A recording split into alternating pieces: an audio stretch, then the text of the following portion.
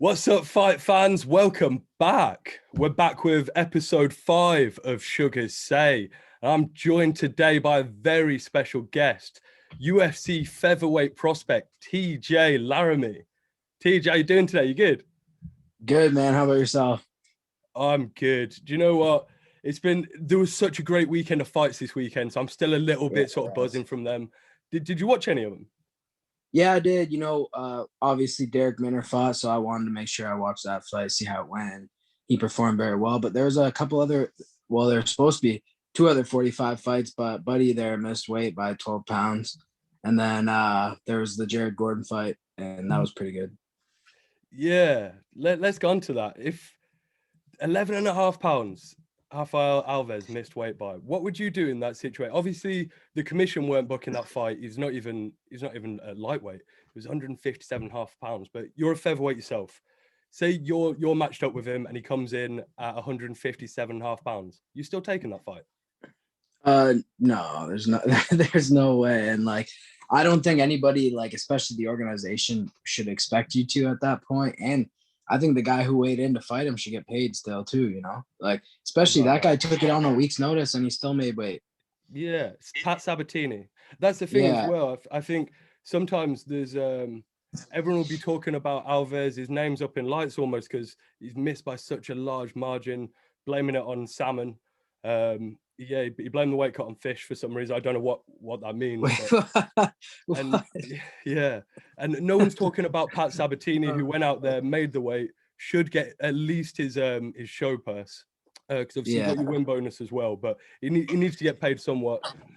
Dana did his thing where they say we sorted him out, so let's hope he did. But yeah, let's talk about that Derek Minner fight. Came out against Charles Rosa, looked awesome. Look, I looked really good because Charles Rosa is a beast, especially on the ground. And obviously, you had your eye on that fight. Let's talk about yourself. You come out in UFC debut. The whole of Canada is expecting a lot from you, and the rest of the world. We were backing you over in the UK. We love to see TJ Laramie or the Laramie boys fight at all. Your brother Tony as well. Always good to see. And obviously, you come out shooting on the takedown and get choked out in about 50 seconds. What went wrong from your side? Personally, I just feel like the lead up to the fight, as far as training, wasn't really ideal. I came off it was a pretty quick turnaround from the Contender Series. It's only about 4 weeks, something like that. And just like the quarantine rules between Canada and the US made it a little difficult. So essentially I went and planned a 2-week stay with my girlfriend in a province in Canada that I don't know anybody besides her, so I get the call maybe 4 days into being there. And then all of a sudden I'm like, oh yeah, it was a really good matchup for me. I didn't want to say no to the fight. I didn't think there was a better opportunity to make my UFC debut, especially I felt like I was probably one of the more hyped up people coming off the Contender Series last season. And I felt I just wanted to keep the ball rolling. But unfortunately, the circumstances weren't the best for me. I'm a man, I made the choice to fight. I walked in the cage at the end of the day. But yeah, I feel like as far as the actual fight went, I just feel like I put myself in the bad position. I almost handed him the win at that point. I don't feel like he did anything exceptional. And to go to his fight on the weekend, I've never seen him fight that intelligently in his whole career. If you look at his record, it's all if it's not done in the first 2 minutes, it's usually he's gonna more than likely lose. He's not.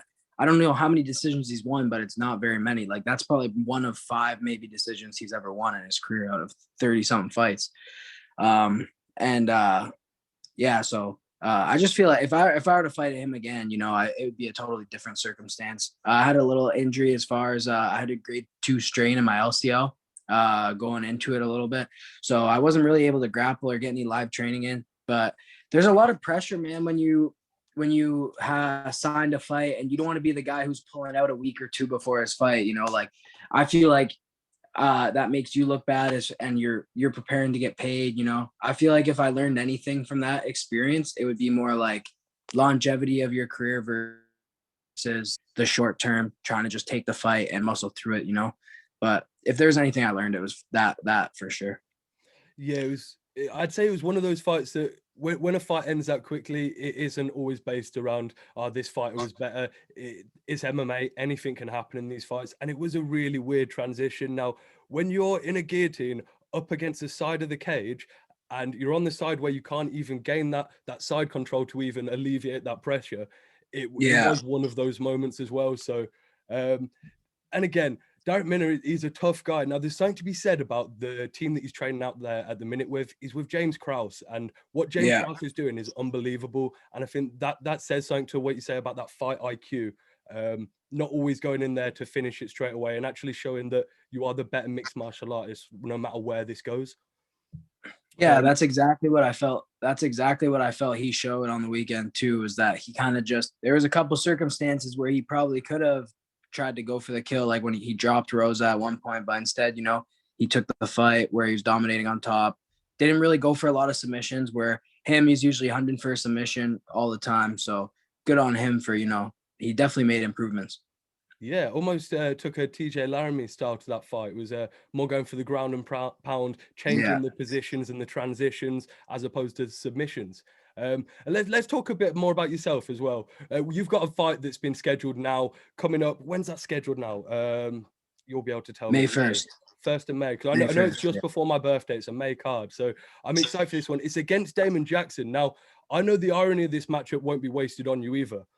Like you just said, you went out, you did get choked out in your last fight, and Damon Jackson, not to say he's a one-trick pony, but he loves the guillotine. That is his trick. And to be fair, the best fight I've seen out of him was a fight he was very much losing against Mirsad Bektic, who is very up there in the division without a doubt, and then got that guillotine choke, went for the first time, went the second time, and then went the third. Now, I know this won't be wasted on you. Talk to me a bit about this matchup, what you've been doing in training, and why you're so ready to go and show the world what you're about. Man, with 10 weeks to go, I got a lot of time to prepare, but I was expecting to fight a lot sooner. So, I was getting ready. I was training hard just in case, I was maybe hoping to fight at the end of March or the beginning of April type thing at the beginning. Right. So, but they hit me with May 1st and I'm like, I wasn't upset about it. It gives me more time to prepare. And Damon Jackson, it's pretty obvious what he's good at and pretty obvious what he's bad at. I don't really think he's much of a well-rounded mixed martial artist. Like, I don't know how many knockouts he has, but if he has any knockouts, it's likely like TKO, ground and pound type stuff. He obviously isn't good on the feet. You see his last fight, 2 of his last 4, he's been knocked out. Even his fight he won against Bektic there, like you said, he was getting mauled the majority of the fight and pulled the choke out at the end. But he is tough. He's super gritty and he knows how to win. He's 18-4. It's not like he's got a terrible record. He's fought a lot of good guys. I just don't think he has the athleticism or the skill, or especially on the feet to compete with me. Like, to get me to the ground, I haven't spent a lot of time on my back in my career. Maybe less than 3 minutes, probably my total career on my back. So for him to try to take me down is going to be tough for him, and he's going to have a long night on the feet if he thinks he's going to stand up there. I just don't feel like he has the power to really hang with me on the feet or the speed. Yeah, I think you're right when we talk about matchups. This is one of those matchups that I believe could be really, really good for you, because let's be honest, Damon Jackson wants to get you down to the ground, and TJ Laramie is known for his wrestling base, and you've got great transitions as well. You're very fast at getting in and out in between, and maybe this has something to do with maybe you being at 5'6" and the fighters that you're fighting like Damon Jackson being at 5'11". You are lower, you're harder to get down, and I believe he will be reaching a lot with this fight. And in these transitions, that's where I believe that you're going to take over and show what you're about. Your striking is something that is really, really good as well, and I'd like you to show a little bit more of that. It's going to be a good, fun fight to see you in this. I can't wait to see you back, man. Like I say, but while we've got you here, I want to get you doing a few pro picks for a few more fights we've got coming up. Yeah, 100%. We got a big card coming up on March 6th, which is UFC 259 with 3 title fights. So I'm really looking forward to that. The first one, we've got, I don't know how it's scheduled, but I'll tell you what, we'll go with Megan Anderson taking on Amanda Nunes. Now, Amanda Nunes is something else. This woman, since beating Ronda Rousey, she's been on a tear. As I think she's on a 11-fight win streak herself, in that Usman sort of Khabib level of a win streak like that in the UFC is huge. What is it going to take to beat this woman? What is it going to take? How do you see this fight going? I think to beat Nunes, you need somebody who's like a half decent grappler. I felt like that kind of in her last fight, she got exposed a little bit. And there's been times prior to where she's had some hard times in grappling exchanges or being pressed up against the cage a little bit. But the thing is where she might lack in grappling skills, she totally excels at, like, she's just strong as fuck. You could tell, like, and in the women's division, that makes up for a lot of skill, you know, as much as people don't want to think it does, it certainly does. And then she obviously hits extremely hard for a female. She knocks a lot of people out. She has super long reach, crazy snap on her punches. But I just don't see how Megan Anderson could expose a Nunes. I think Nunes is better everywhere. The only thing Anderson has is I believe she's a little bit taller, or quite a bit taller.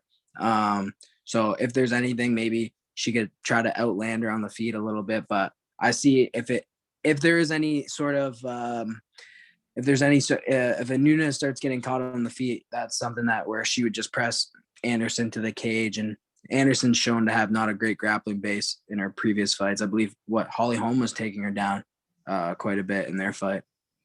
Yeah, so I'll agree with you 100%. It's going to take a special lady to beat Amanda Nunes, and she's almost cementing herself in that female GOAT category of her own. It's going to take a lot. When it comes to the fight that she had with Jermaine Durandamy, also a striker as well as Megan Anderson, the only times I was scared for maybe Amanda Nunes losing that fight was on the ground. Like you say, there was the odds transition there. When it comes to Megan Anderson, she did win a fight by triangle choke a couple of fights ago, but it wasn't against this upper echelon of fighter. And like you said, Amanda is so powerful that there's very two different types of BJJ practitioners, I believe. There's the ones that do everything by strength, them Rodolfo Vieiras, and then there's the more flexible sort of grapplers that sort of move their way around. I believe that Amanda's just going to push her way through any of them transitions, get her to the ground, control the fight on the ground as well. There's something to be said about Megan Anderson coming out of that James Krause camp. James Krause doing wonders out there. But yeah, I'll be going with Amanda Nunes, and I think she's probably going to knock her out as well around the third round, if I'm totally honest. I could see it being like a ground and pound stoppage, something along those lines. Yeah, definitely. I see the exact same thing happening. Now, the next fight that we've got coming up on that night is the men's bantamweight championship, and it is the current champion Petr Yan versus Aljamain Sterling. Now, this fight should have been happening for a long time. Almost the last year, I feel like we've wanted this fight. What do you see from this fight? How do you see this going? So obviously Sterling is the grappler in this situation, and Jan's more of a boxer. I personally don't see Sterling being able to compete with the speed of Jan. And obviously the thing is with Jan is that he's got great grappling defense. He has great distance and range. The only weakness we've seen with Jan was his front leg. He keeps it a little bit too sideways, and Aldo was able to expose that on him. But that also showed how tough Petr Yan is, in the sense that he was able to come back and fight 5 more rounds, really, like, because all of that damage was done to his leg in the initial round. He was able to fight through it and get the finish eventually. So I don't know if Aljamain's had a 5-round fight in his career. I doubt he has. Maybe early on, but Petr Yan though is he can push the pace. He's super fast. I've never seen a fight. I haven't watched crazy amount of footage on him, but I've never seen a fight where he's on the mat or how he's done on the mat. But Aljamain's another level when he gets to somebody's back. He's really long for a bantamweight, especially his limbs. Like, I'm not gonna say he's like extremely tall, but his reach and leg reach is just crazy. So if he gets the people to the ground, I think he showed that in the Corey Sandhagen fight. He's just a little bit of a different level when they get to the ground, but I just don't see it getting there is the thing. Yeah, you just see Jan just being a little bit better on the feet. I think you say a point about the early leg kicks from Aldo, and this is the issue with Piotr Jan is when he's fighting, he can take a little bit of time to warm up. Maybe that's his style. He's calculating what's happening from the opponent, taking them reads, and then waiting for that time. And especially now he is a championship level fighter, fighting those 5 rounds. He knows he has the time to take that first round off. The only issue is if he does start too slow, Aljo is very quick off the jump. And like we saw against Corey Sandhagen, if he can get to your back, it's over before you know it. Aljo by first round submission or Piotr Jan by 4th round knockout, ground and pound style, probably once he goes falling. But yeah, it's an interesting matchup because you've got the striker versus a grappler, and for yourself, I thought you'd be going with the grappler, but yeah, I'll be going with the striker as well. Piotr Jan, another one of those champions that is so underrated, like Alexander Volkanovski, Kamaru Usman. It's going to take Piotr Jan to have a ridiculous win streak before anyone even realizes how good the guy is. He really is on that level, right? Yeah, really, honestly, that kind of promotion comes down to the UFC at the end of the day. Whoever they want to make a monster out of, they'll make a monster out of. They've done it in the past, you know. Henry Cejudo started to become a monster because the UFC started pumping him out to be one, you know. Same with anybody, Sugar Sean O'Malley, you know what I mean? Like it's not like he had some good wins, of course, but he's never beat the best of the best in the competition. But look at the guy. Everybody know, people who don't even watch MMA know who he is, you know. So it's like, if that machine of the UFC promotion wants to make you special, they're gonna do it, you know. Yeah, no, you're definitely right there. And you're right, because almost it seemed as if Gilbert Burns seemed to be the star in that fight with Kamaru Usman, where Kamaru Usman's on a 12-fight win streak, about to beat George St. Pierre's win streak, and all I was seeing promotion-wise was Gilbert Burns, Gilbert Burns, Gilbert Burns, and Gilbert Burns is amazing. Don't get me wrong, so fun to watch, dynamic, and that's the issue. Maybe it's his style that makes the UFC more willing to promote him. Now, we have one more fight coming up that night as the title fight, and it is a light heavyweights. It's a big boys squaring off. It is Jan Blachowicz versus Israel Adesanya. What are your feelings on this fight? Where do you see this going? See, this is an interesting fight, honestly, because obviously Blachowicz has turned a corner a little bit in his career where he's starting to put things together very nicely. You know, he's coming a lot harder. He's he hits like a fucking truck. And you know what I mean? Like, there's some fighters that they just turn that corner in their career and they go from being maybe like a journeyman up and down to that next level, right? Like, I felt there was a couple times, like an example I could put was like Matt Brown at 170 at one point when he beat like Wonder Boy. Like, that was him turning his corner. Before, he was like a journeyman, you know, up and down. But Blachowicz turned that corner and now he's a champ. I think light heavyweight's a little bit of a wide open division right now.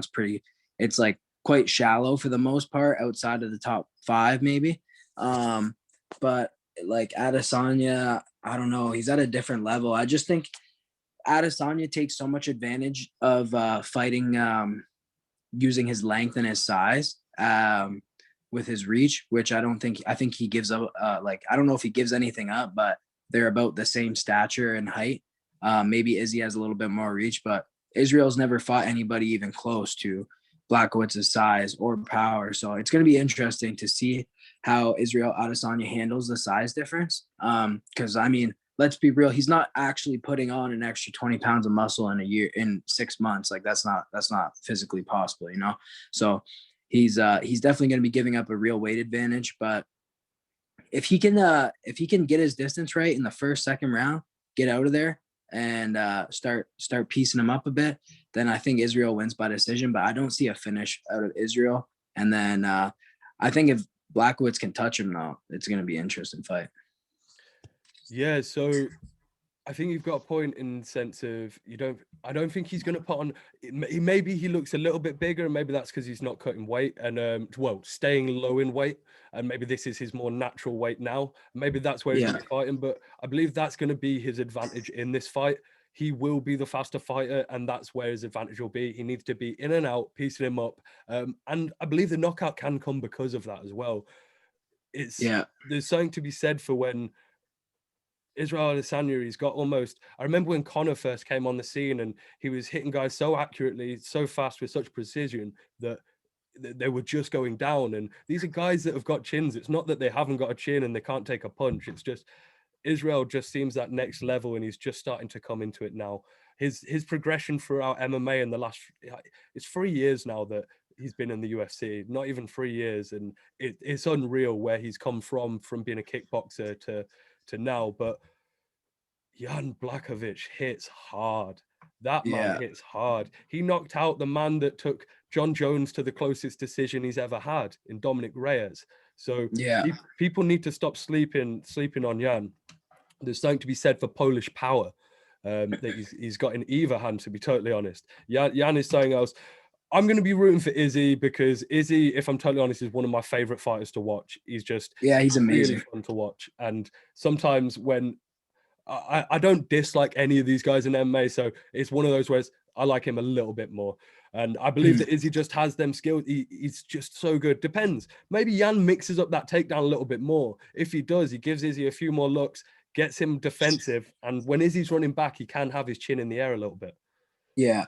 Like that's the only thing that worries me a little bit is that, like I said, Israel Adesanya can get a little bit lazy on his striking defense because he has that height and reach advantage. So when he's matched up with somebody who can maybe, you know what I mean, has that extra inch or two where they might be able to tag his chin, it's going to be, I think Israel Adesanya is not going to be able to like really be too flashy in this fight. I think he's going to be able to have to like really be focused the whole time. He can't be like, you know what I mean? I don't think he could be fucking around with Jan, in my opinion, you know, because especially I think Blachowicz is the type of guy where he's willing to take a shot, eat one, eat two, maybe just to get inside and get a good hook or right hand on him. Yeah, maybe it might play a little bit similar to that Yoel Romero fight where there's a lot of standing still because it's hesitancy when you know that a guy hits that hard. And Yoel Romero, look what he did to Luke Rockhold. Look what he's done to other people. Chris Weidman, the man has power and very quick, fast power that can come from anywhere. So Jan, he knows that Jan has power. Maybe that might play into the game plan, and maybe this fight might actually go to the distance. And yeah, who knows? It's going to be a good fight. All three of them. It's such a huge card. I find it weird when the UFC does this, when it just sticks all of the stars on one card and goes, yeah, buy this pay-per-view. Because let's be totally honest, when it comes to the casual side of the audience, they're realistically not going to buy a fight unless Conor fights, Khabib fights, and then maybe George Masvidal or Izzy. Because they're the stars within the UFC, and the rest is people that actually care about the sport, either grew up with the sport, train themselves, or actually just want to watch MMA. A lot of me and my friends, we watch LFA, we watch PFC, we'll watch all sorts of different promotions because we enjoy MMA for what it is and not the spectacle. So I do find it a bit weird, but I am excited. So I can't lie. It's going to be a fun one. Now, I know you haven't got long. I love that you've given up your time to talk to me today. And I do have 10 quick fire questions from the lads. So I'm going to ask you these questions. I just want you just got to give me the first answer straight away back. Is that cool? Yeah. Right. Dogs or cats? Dogs. Ketchup or mayo? Ketchup. Burgers or hot dogs? Burgers. Tea or coffee? Coffee. 2 pillows or one? One. Movies or TV series? Movie. Chinese food or Indian food? Indian. Breaking Bad or Game of Thrones? Breaking Bad. What's your favorite animal? Dog. And last question, Tupac or Biggie? Tupac. Thank you very much. Right now, honestly, it's been a pleasure speaking to you today. Thank you so much for coming on. I can't wait to see your next fight coming up against Damon Jackson, 1st of May. I know that you have your own channel, you have your social medias. Do you want to plug anything before you go? Yeah, if you guys, any viewers on here want to tune into some of my stuff on Ozzy and the Pro, me and my co-host Ozzy, we break down some fight cards here and there, and then some other various MMA topics.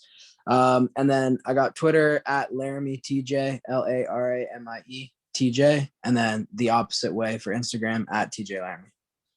Sick. Well, I'm going to put them all in the description anyway when I post this. But yeah, again, massive thanks for having you. You know I'm going to stay tuned, and I'll be annoying you in the DMs as always. But yeah, massive thank you. Till then, Sugar out. For sure, man. Take it easy.